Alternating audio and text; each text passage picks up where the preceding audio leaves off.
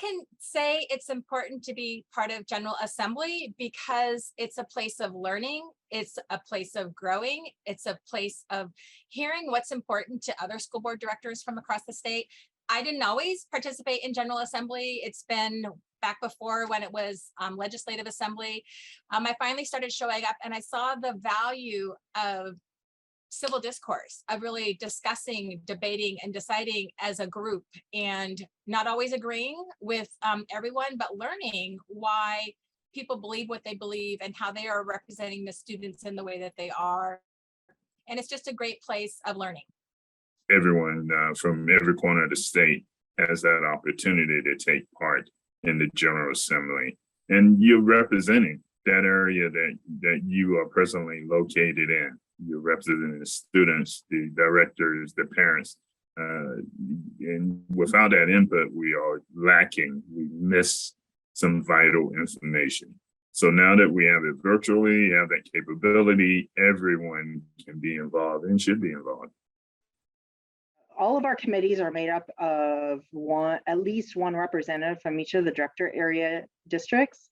And the conversations we have in resolutions about making sure these permanent positions apply to all 295 school boards are really powerful discussions of how we all believe in local control, but want to make sure that all these positions apply to all 1,477 of us. And the only way that we can make sure these positions apply to all of us is to have everyone participate in General Assembly so they can voice their support for something or their concern or help make the position more reflective of us as a whole. So Rainier School District has about 865 students. It's a small rural community. We're next to the greater Olympia, Lacey, Tumwater area. And I didn't think it mattered in the beginning what a small school thought, because we're just a small school. Having been part of legislative committee now for several years, attending General Assembly, being the legislative committee representative for District Area 5, which has 44 schools, and many of them are really small. I've seen the power of small schools showing up and engaging and really taking part in the conversation. I've seen folk from really large school districts listen to me and what I've had to say about my district and my circumstances and the challenges our students face. And we realized that we have a belief in what's best for students at the center of all that we do. And that makes a difference. And so small schools, you know, I love to say it takes all the people to be we the people, and you have to show up to participate, whether you're representing 50 students or 5,000 students or 50,000 students. Every single student matters, and you have to show up to share that perspective. Yeah, in our director area, we actually have some small schools. And so I would love to hear those voices at the table and continue to share those stories. Again, it is really nice to hear their experiences because again, a lot of times we have so many things in common. We're like, hey, we're really having a problem with this staffing model or accessing this resources, or how do we support this specific population? How do we move the statistics on this? So there's some sharing, right? And growth that can happen there. Being a large district, we can say, well, here's how we kind of scaled that. Most districts don't start off large here in the good old state of Washington. So it's really a great opportunity to share stories and kind of what that looks like. And again, just elevating those voices because they all matter. We make WSSDA. WSSDA does not make a school director. So if you want your voice heard, no matter how small or how big the school is, it has to be together. You know, our district's 1,300 students. We are a small fish in a very large pond. But by serving in the capacity my committee does, the other committees, and making sure we have a rep at General Assembly, that small voice combined with all the other small voices out there can make one very large voice. Our school board, me in particular, prepare with every school board meeting. I'm jotting down notes, issues, problems that I feel that we can address at General Assembly. And I ask my fellow board members to do the same. And I also informed them what past issues have been solved or discussed at General Assembly.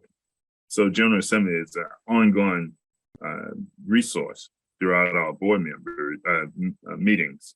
And we bring those issues to the General Assembly, make sure that they're addressed. I know for us, it's kind of reading all of the different positions, all of the information that's sent out ahead of time. That can be a little overwhelming. I know me personally, I break it up into chunks and kind of go over certain sections. Our board actually has a pretty large spreadsheet. So we actually just send out the handbook, we send out an Excel spreadsheet, and everybody puts their information in, like how they feel about it. And then it's easy to tally it up, like, okay, well, after everybody's filled out the spreadsheet, here's kind of where we all align. And then that information is handed over to the legislative rep to kind of represent the board at the meeting. So that's how we approach it. We've actually had a few more conversations at our board meetings. So I know I've been bringing up some of the topics ahead of time of like, hey, how do we feel about digital equity? How do we feel about comprehensive school safety? How do we feel about ... So that we're starting to just cultivate conversation and develop language as a board around, okay, here's some of the thoughts, here's some of the things we're hearing, and everybody pulls that information together. So again, it takes a while and it's an ever evolving process, but don't be afraid to kind of get into it. And again, I think the end result is such a great awareness around just what's going on across the state. And I've really been able to expand just not only my knowledge, but just my relationships with people. So I feel like it's a great plan. Come on in. I would invite districts who haven't participated before just to start. You don't have to read everything. Start with those things that are most important to you and your students. Read up on them, have a conversation about it. If you all can have a conversation as your board and get an alignment, that's super powerful. And then, you know, as you learn more and have more time, you can extend and look through the entire portfolio of positions. There's a lot and they're all really important. But I guess my biggest piece of advice would be to just start and don't worry about doing wrong. Just start the conversation amongst your board members and then show up. And it's free, right? So come to General Assembly, advocate for your students, listen and learn. I would say getting prepared for General Assembly comes with a lot of support. So don't be afraid to like either reach out to your direct DA representative. Don't be afraid to reach out to WSSDA to get some support as to what this kind of looks like. It's a pretty intensive process. I will say it took me a good 2 years to really get the ropes of kind of what's happening. So don't be afraid to come in the room and just hang out. Like, don't be afraid to just listen. Don't be afraid to ask questions. I know I had another school district that I kind of just checked in with and was like, how's it going? How do you guys feel about this? So it's really great to have another district on call that I could like kind of reach out to that other rep and say, you know, what are we doing here? What does this mean? Go right into it and jump into it. And there's a lot of positions to read and it seems overwhelming. And if that's too much, then just because it's online, which is great, just watch it and just see how it works. So then you know how to participate the next year. When you hear other school directors speak, especially if it's passionately about something, usually there's some other school director on there that's going, oh, good, I'm not alone. Or I understand now a little bit better of their approach. I think most school directors, our heart's in the right place. We just have different ways of thinking through or heading towards the same solutions. And sometimes it's just good to understand we're not alone in what we're trying to do. Our focus is on local control, and we should be able to disagree. We should be able to represent what our students need, even if it's different. Even I'm right next to Olympia. Our solution in Tumwater might be different from Olympia, and that is okay because our community needs something different. And I love that we get to see that in General Assembly. We tend to solve a lot of issues because we have that group think going together, and we can see what we have in common or maybe what we don't have in common. Some things that we never think about are shared at General Assembly, and we all seem to have the same goal in mind.